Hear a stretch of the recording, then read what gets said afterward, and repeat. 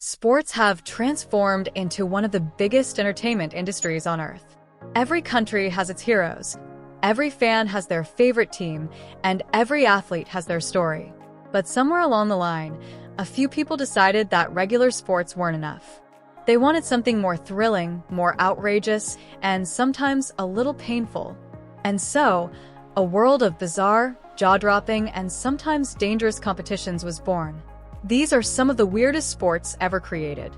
Every year, during the spring bank holiday in Gloucestershire, England, hundreds of people gather at the top of a dangerously steep hill for one of the most chaotic traditions ever, the Cheese Rolling Festival.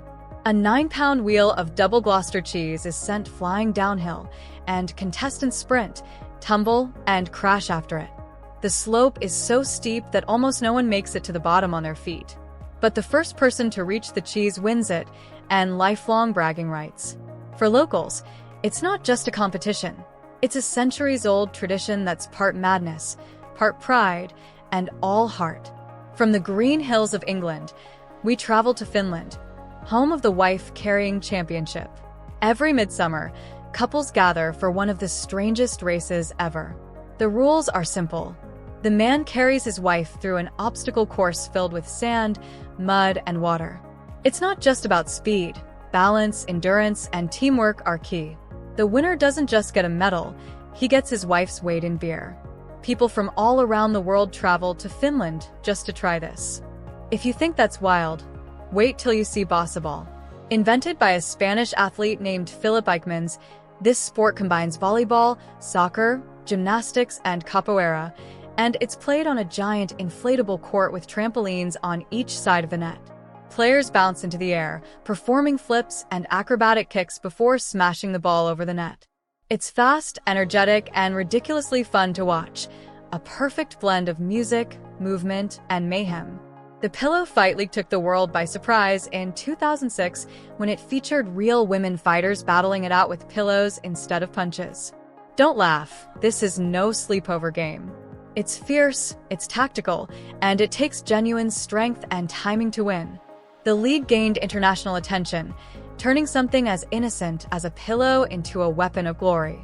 Speaking of faces, at the Egremont Crab Fair in the UK, hundreds compete every year in the World Gurning Championship. Contestants push their faces through a horse collar and twist, contort, and scrunch every muscle to create the ugliest expression possible. The winner is crowned based on how horrifying and hilarious their face looks. It's a mix of comedy, talent, and pure self-humiliation, all for the sake of tradition. Across the globe in Woolly, Australia, you'll find a sport inspired by reptiles, iguana pulling. Contestants crouch down on all fours, with ropes looped behind their necks, and engage in a tug-of-war. The sight of humans imitating lizards while pulling each other across the ground is just as absurd as it sounds, yet it's a cherished part of the town's annual festival. But some people wanted to take the idea of competition to, well, an extreme level of domesticity. Enter extreme ironing. It's exactly what it sounds like.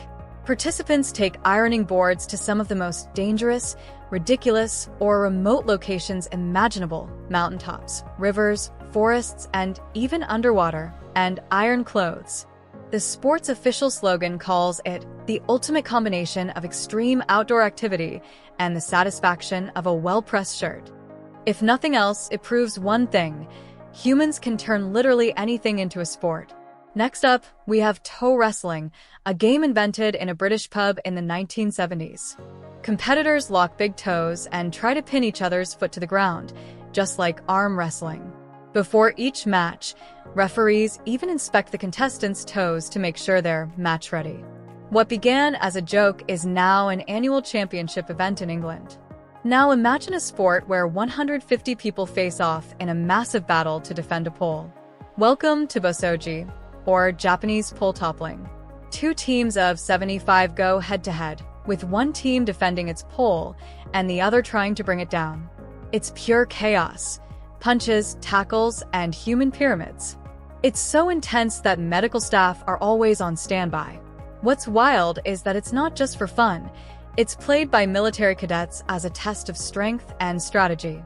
Some sports mix brains with brawn, like chess boxing. Invented by a French artist in 2003, the game alternates between rounds of chess and boxing. Competitors move from the ring to the board and back again. 4 minutes of chess, 2 minutes of punches. You can win by checkmate or knockout. It's the only sport where intelligence and raw power literally fight for dominance. Speaking of tough environments, how about underwater hockey? Also called octopush, this game takes place at the bottom of a swimming pool. 2 teams dive repeatedly, holding their breath as they push a puck with tiny sticks, trying to score goals. It's silent, fast, and incredibly exhausting. Forget lungs of steel. You need the determination of a fish to survive this one. From the depths of the pool, we move to the streets of Knaresborough, England, where the annual bed racing championship began in 1965. Teams of 6 decorate a bed, put it on wheels, and race it through a treacherous route filled with hills, rivers, and bridges. What started as a military event has turned into a community spectacle, with beds transformed into everything from spaceships to castles. The fastest bed wins, but everyone finishes soaked, muddy, and laughing.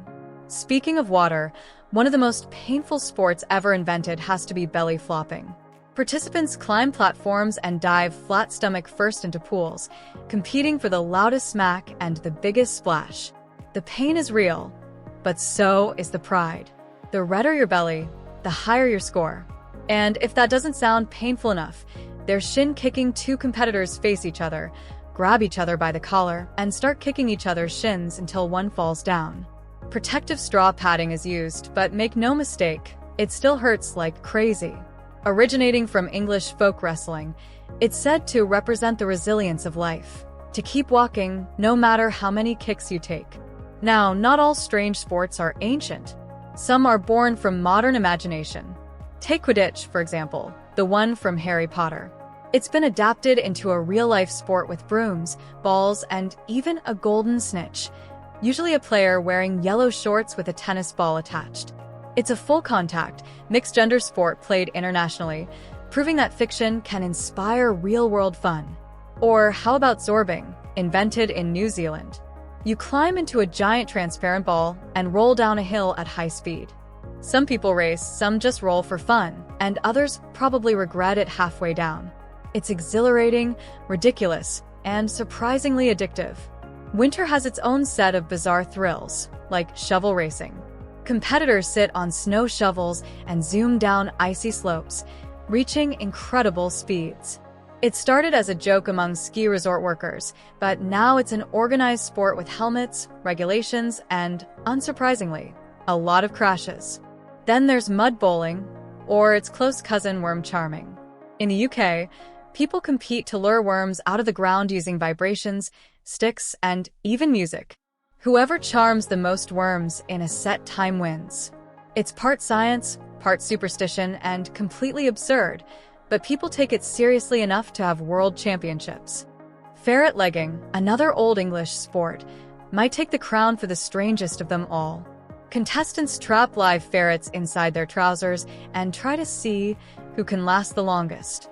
There's no real prize, just the glory of surviving a few minutes with sharp-toothed ferrets running up and down your legs. A true test of endurance and bravery. Not all bizarre sports are silly, some are pure skill. Take Sepak Takraw, popular across Southeast Asia. It's like volleyball, but players can't use their hands, only their feet, knees, head, and chest. The speed, flips, and acrobatics are breathtaking. Watching a player backflip a rattan ball over the net is like seeing gravity break for a second. And finally, let's end with a sport that turns running on its head, literally. Backward running, or retro running, is exactly what it sounds like. Competitors race backwards, often over long distances. It's said to improve coordination and posture, but mostly, it's hilarious to watch. Yet serious athletes train for it, and there are even international competitions with world records.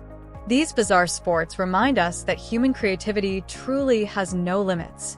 Some are about pride, others about laughter, and a few just about survival. But one thing's for sure, when it comes to the world of sports, there's always room for a little madness. Thanks for watching. Make sure to like, share, and subscribe, and tell us in the comments, Which of these crazy sports would you actually try?